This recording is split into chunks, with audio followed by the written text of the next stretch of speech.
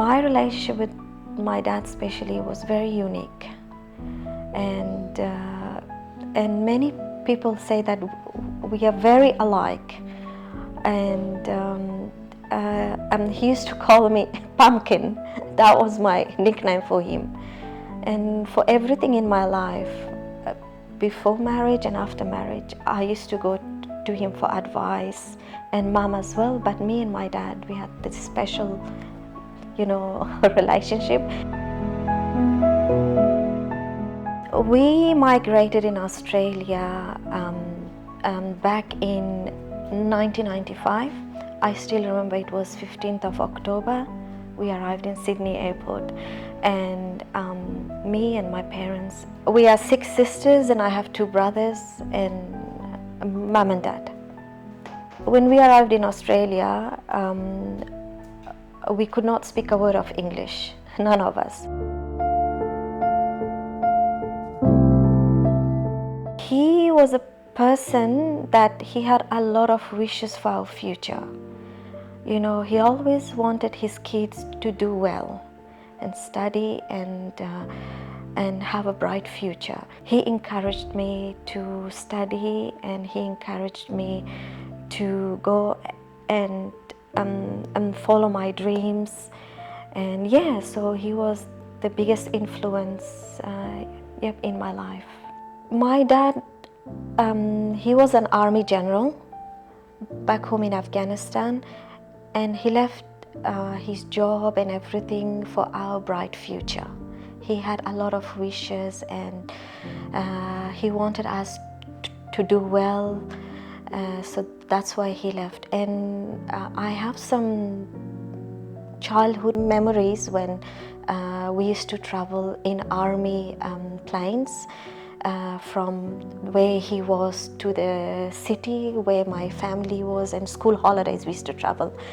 One of my memories were that we were in the army aeroplane, and we were sitting, and dad said, okay, you guys first go and then I will follow you. So me and my sisters and my mom were there, and they brought a long box and then just pushed it in just near our foot.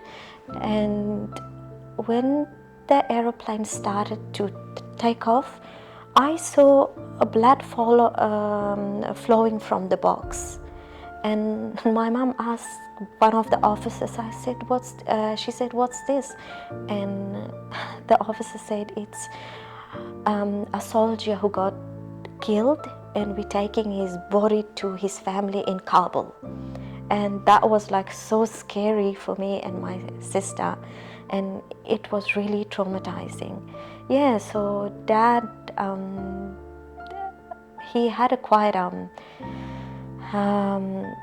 he also struggled in Afghanistan. I have a lot of good memories.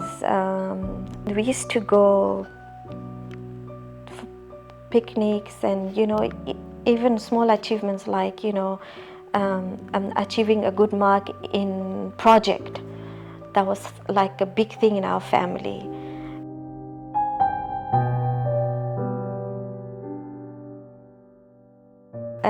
He was an amazing father-in-law, a beautiful dad, a very kind grandpa, a very loving and caring person.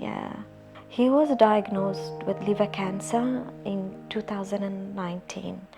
I actually, my sister went to his appointment, and there the doctor gave the results, and she sent me the results, and when I read it, I was really shattered. And then after that, I took over the responsibility of looking after his appointments with the specialists.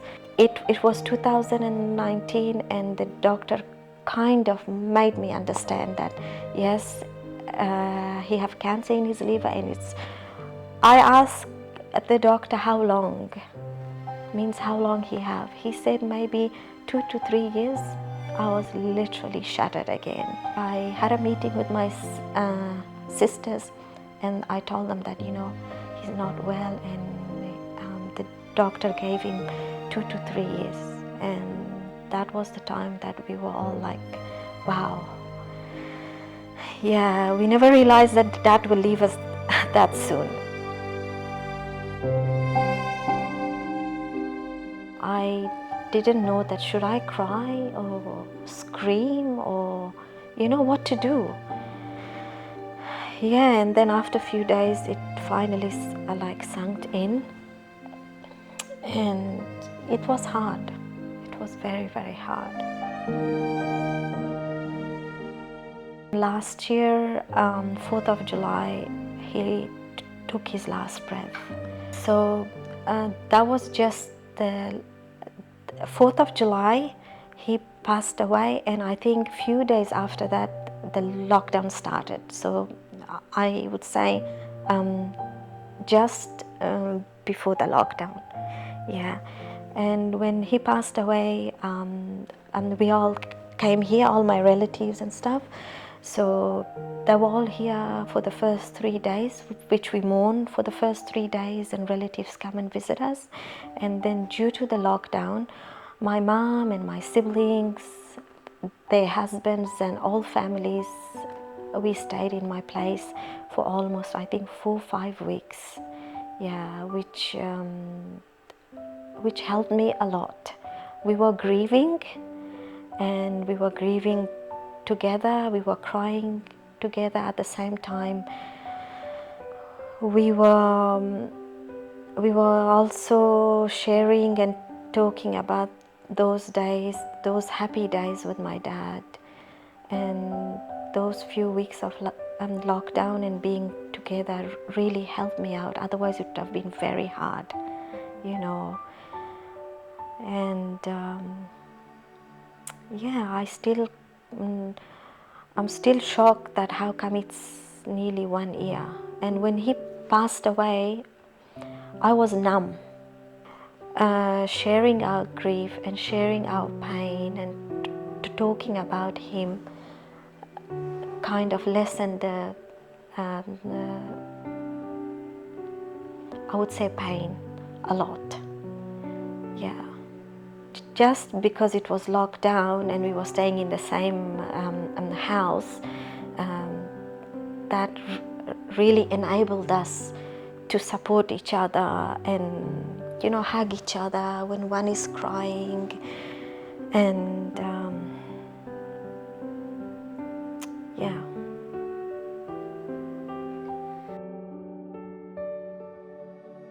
We want to leave his legacy alive, so therefore we have this goal to continue helping those people that Dad used to help in regular basis, especially in Afghanistan, especially in his village.